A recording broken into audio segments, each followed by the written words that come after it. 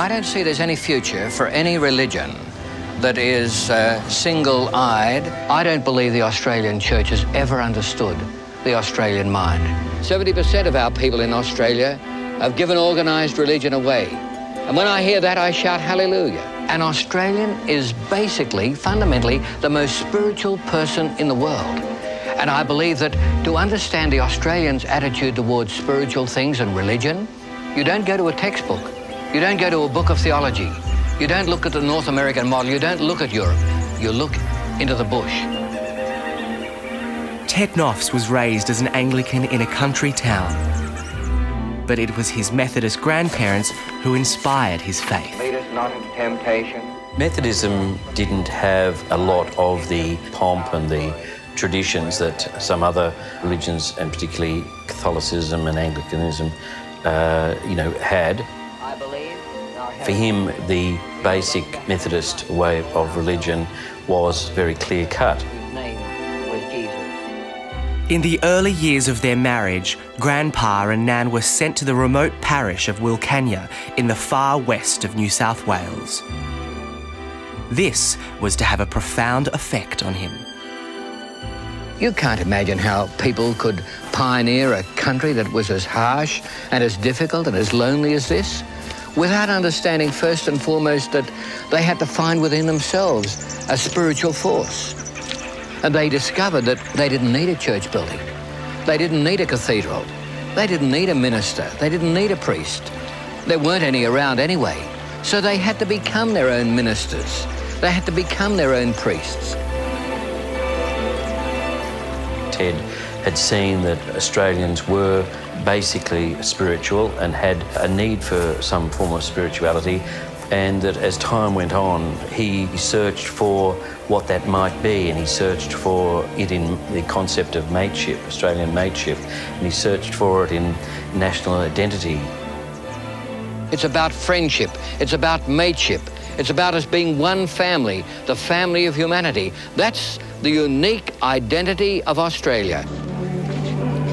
We receive this little boy into the congregation of the family of humanity and pray that he too may be trained. Ted used to say, I am a Christian, I am a Catholic, I'm a Protestant, I'm a Muslim, I'm a Hindu, I'm a Jew, I'm a Sikh, I'm an agnostic, and I'm an atheist.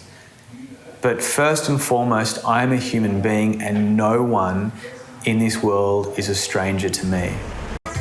Yeah, well, I sort of go up the chapel because there's nowhere else to go, and it doesn't cost you anything, and you sort of meet people there that sort of accept everyone for what they are.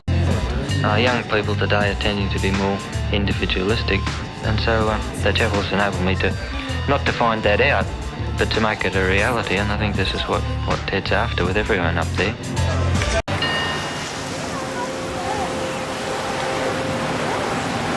But what was religion to Grandpa was becoming very much his own interpretation, centred on his new philosophy of the family of humanity. He held mass baptisms and weddings for people who'd never otherwise go near a church.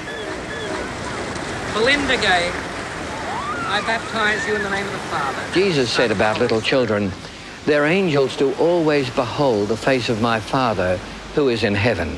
In other words, they were so close to God that they could never be rejected. And that's the teaching we should be keeping in mind, rather than the barbaric teaching of primitive nature that a child is born in sin, that a beautiful little girl or boy is filled with sin. And I reject that altogether myself. Christy Lee Rita Fisk, I name you in the name of all faiths. Receive this little girl into the congregation of the family of humanity, and pray that she may be trained. Original sin wasn't the only part of Christianity that Grandpa Ted rejected. He even questioned the divinity of Jesus, claiming that these were constructs of the church, not the teachings of Jesus himself. These ideas placed him on a collision course with conservatives in the Methodist Church. By 1983, Ted had chalked up no less than 3 heresy charges. The best way of defining heresy is that it is an offence against Christianity. It is an offence against the opinions of a hierarchy of a church.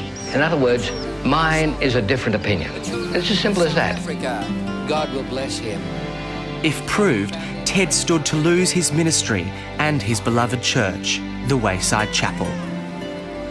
I make no mistake about it in my own thinking that if they can possibly dispose of me and dispose of my opinion, which is different to their opinions, that they'll take the most serious action they can against me. This is a life and death matter. I realized that from the very beginning, because it's not just a matter of some little ecclesiastical game, it's a matter of life and death importance as far as the church is concerned.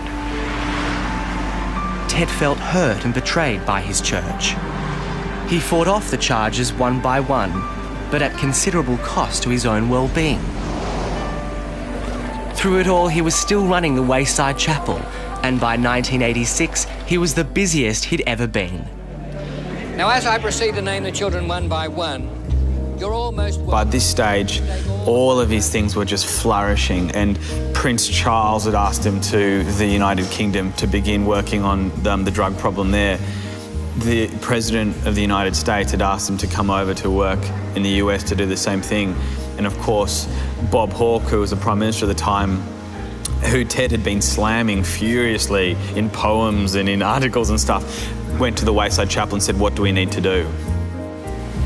He worked too hard. I don't think he looked after himself at all. Mum told me that he'd have his first meal of the day sometimes at 6 p.m. He would just go out there and he took on the world, and he didn't really think about himself. No. The pressure finally became too much. In 1987, Grandpa Ted suffered a massive stroke. He remained in a semi-conscious state for 8 years.